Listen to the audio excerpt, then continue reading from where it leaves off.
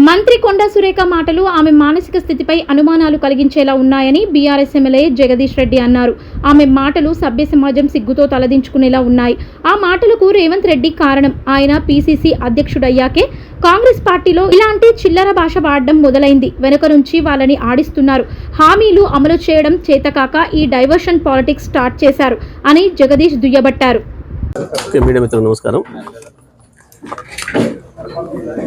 సరే, కొండా సురేఖ గారి మాటలు గత వారం రోజులుగా చూస్తూ ఉన్నాం.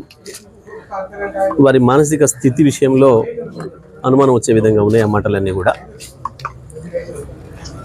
ఒక మంత్రిగా అటువంటి మాటలు మాట్లాడతారు అని చెప్పి ఎవరు కూడా ఊహించారు.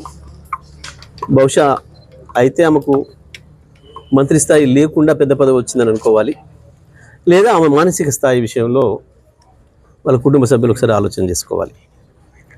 ఈ మొత్తం ఎపిసోడ్ విషయానికి వస్తే ఇప్పటివరకు అసలు కేటీఆర్ అనబడే నాయకుడు ఈ ఎపిసోడ్లో ఎక్కడ కూడా లేడు. వాస్తవానికి కేటీఆర్ గారు బహుశా ఈ 3-4 నెలల్లో ఎప్పుడు కూడా కొండా సురేఖ గారి పేరు ఉచ్చరించినట్టు కూడా నేను ఇక్కడ వినలే. ఆమె పేరు కూడా ఎన్నడూ ఉచ్చరించలేదు.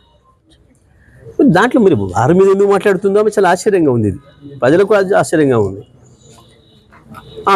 సోషల్ మీడియాలో ఏదో ఆకతాయిలు ఏదో పోస్ట్ పెట్టినరు అని అంటే, సోషల్ మీడియాలో ఆకతాయిలు పోస్ట్ పెట్టడం అనేది మనం సోషల్ మీడియా యాక్టివ్ అయిన తర్వాత గత 10-12 సంవత్సరాలుగా చూస్తూనే ఉన్నాం. ఆ రకంగా మా మీద కూడా ఎన్నో పెట్టారు మా నాయకులు. కొన్నిటి మీద చర్యలు తీసుకోగలిగిన కాడ తీసుకున్నారు, లేదు తీసుకోలేని కాడ తీసుకోలేదు. అయినా మాకు అక్కర లేకపోయినప్పటికీ కూడా మా హరీష్ రావు గారు స్పందించిండు, సరే ఎందుకు కాదు అని చెప్పి అయిపోయింది మా పార్టీ నుంచి. కానీ ఇది స్పష్టంగా కొండా సురేఖ గారిది కాదు, ఇది వాళ్ళ నాయకుడు రేవంత్ రెడ్డి.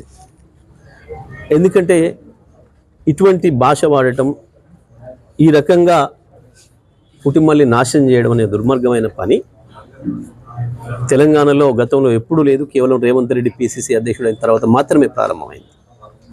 అంతకుముందు ఇటువంటి పదజాలను ఇప్పుడు కూడా చూడలేదు మనం ఎన్నడూ కూడా. పక్క రాష్ట్రాల్లో జరుగుతుంటే కూడా మనం బాధపడే వాళ్ళం. అరే అట్లాంటి జరగకుండా ఉండాల్సి ఉండే, మొత్తం రాజకీయ నాయకత్వం యొక్క గౌరవం తగ్గించే పద్ధతుల్లో వాళ్ళు మాట్లాడుతున్నారు అని మనం భావించినాం. కానీ వాళ్ళ అది తెలంగాణకి రావడం అనేది మన దురదృష్టం. ఇది రాజకీయ నాయకులు అందరూ కూడా సిగ్గుచేటు.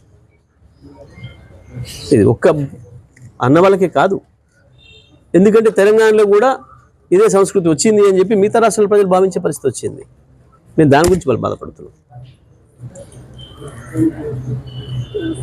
వాస్తవానికి ఈ ఆమె గురించి మాట్లాడడం అయితే అనవసరం అనే భావన ఉంది నాకైతే. ఆమె ఇంకేదో పిచ్చి మాట మాట్లాడింది నిన్న రెచ్చిపోయి. ఇంకా ఏంది అసలు ఇది అంత కారణం? రేవంత్ రెడ్డి స్పష్టంగా హామీల విషయంలో విఫలం చెందిండు. దాంట్లో నుంచి ప్రజల్ని పక్కదారి పట్టించడం కొరకు రకరకాల డైవర్షన్ పార్టీ